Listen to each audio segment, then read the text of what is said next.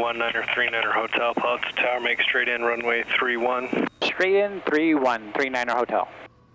So for the first time in our Where's Transient Parking series, we're going to show you airports sequentially for the next 9 weeks because we head not only out of SoCal, but out of California completely as we make our way up the West Coast all the way to Seattle. Our first stop on our multi-leg and multi-day trip starts at Palo Alto Airport in Northern California. We initially had no intentions of stopping here, but since our hotel check-in time was hours away, we had time to burn, so we decided why not. Let me start by saying that the approach from the south is pretty amazing, with views of both the San Jose Airport and Moffett Field, which we would love to fly into, but apparently is restricted to the public unless you have business there. Now be very careful as Moffett Field is so close, it is easy to mistake it for Palo Alto. But just remember, Moffett Field has 2 runways and Palo Alto only has 1. Speaking of runways, Palo Alto has a short runway, but that's offset by the fact that it's pretty much at sea level.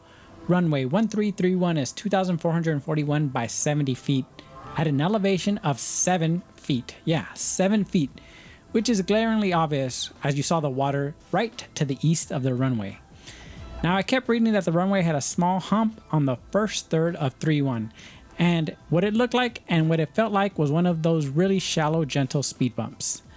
During landing, I flew right over it, and on departure, I completely forgot about it, so I don't think it's that big of an issue.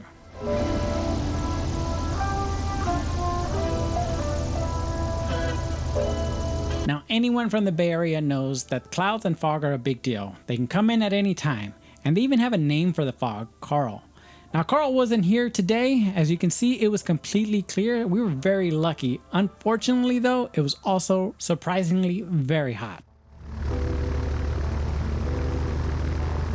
Aero 39er Hotel, say parking. Transient parking, 39er Hotel. Aero 39er Hotel, are you familiar? Negative, 39er Hotel.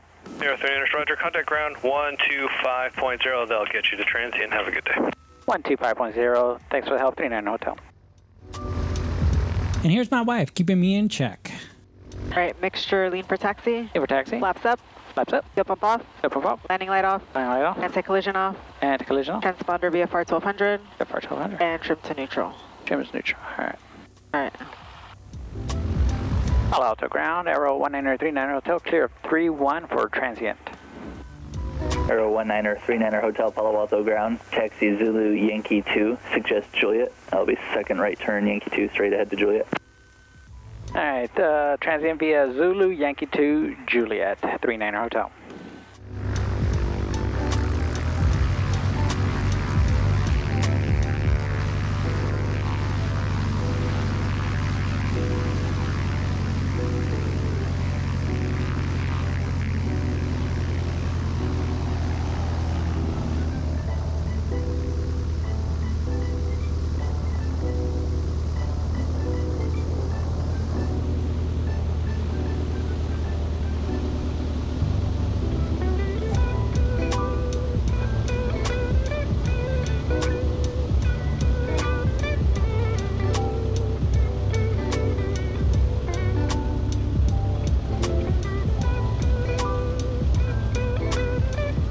Palo Alto is a towered class Delta airport. It has one of the shortest towers I have ever seen, but it really has a great vantage point of everything on the airport.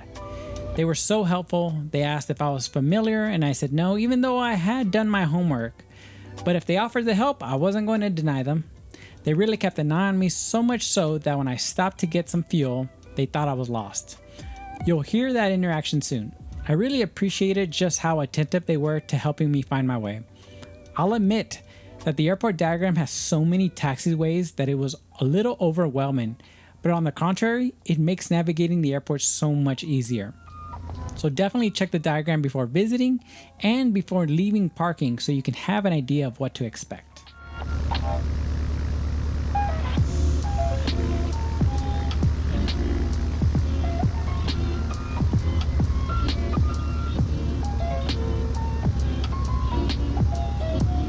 Another thing the airport doesn't have is a cafe, but it does have a really delicious coffee shop on the southwest corner of the airport.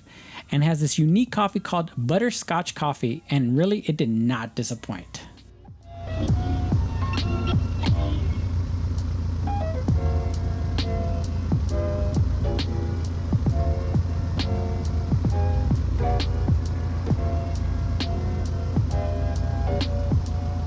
So fuel is not labeled on the charts, but as you can see here, it's pretty much on the way to transient parking off of Juliet, which according to ForeFlight Airport comments, it is a common taxi instruction for parking. That instruction being specifically when Tower says that they suggest Juliet, and the word suggest is used because it's part of the non-movement area, which is the area where pilots don't need ATC permission to move about. But Tower is doing nothing but trying to help you, so probably a good idea to heed their instructions.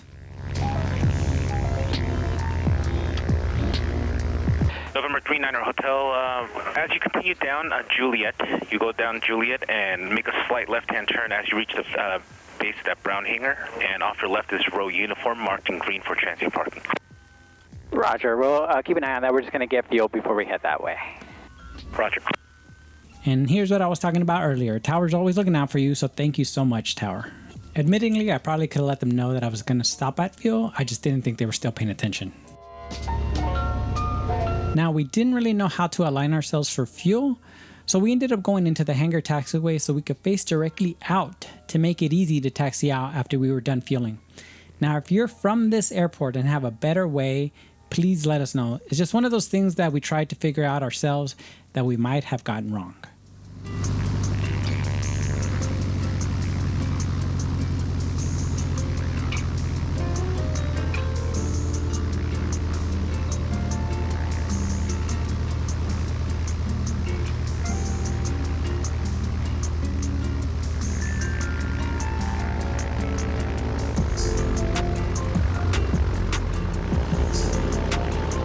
Now the important part, where exactly do we park with all these tie downs? They do a great job of marking on the ground between taxiways Tango and Uniform with a green line around all the spots that are transient parking. As far as paying for parking, well, this is San Francisco and yep, there's going to be an app for it. You'll have to use the Park mobile app, but you'll see signs with QR codes that will tell you how much it'll cost. Online, it said it was either 0 to 4 hours or all day. But once I paid on the app, it became 0 to 9 hours or all day. I mean, it was a little confusing. But essentially, you just have to put the tail number as your vehicle and say for how long you are parking. If you happen to be just completely confused, as almost I was, there is a pilot's lounge terminal building that will have people you can ask for help. But again, all we did is go to the app, put our tail number as a vehicle, and we were good to go. I will say there are plenty of parking spots, which was really nice to see, and they all have tie-down chains. The pilot's lounge does have restrooms as well. There are no crew cars, but it is also Palo Alto, so there's definitely no shortage of rideshare.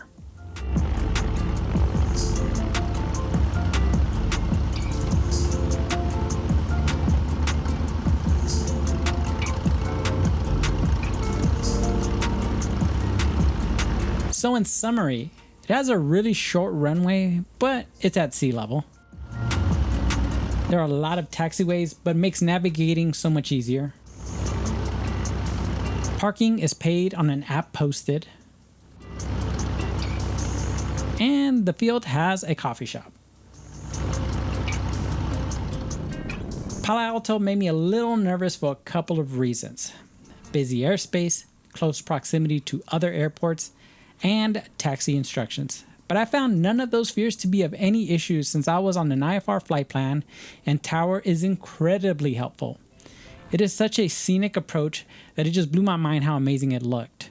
So if you are in NorCal and just want a quick coffee stop, I highly recommend this airport. And as always, I want to thank you guys so much for watching, and especially for leaving comments, because it's awesome to read about history of the airport, even your own personal history in aviation. Honestly, we love reading all the comments. You guys are truly incredible.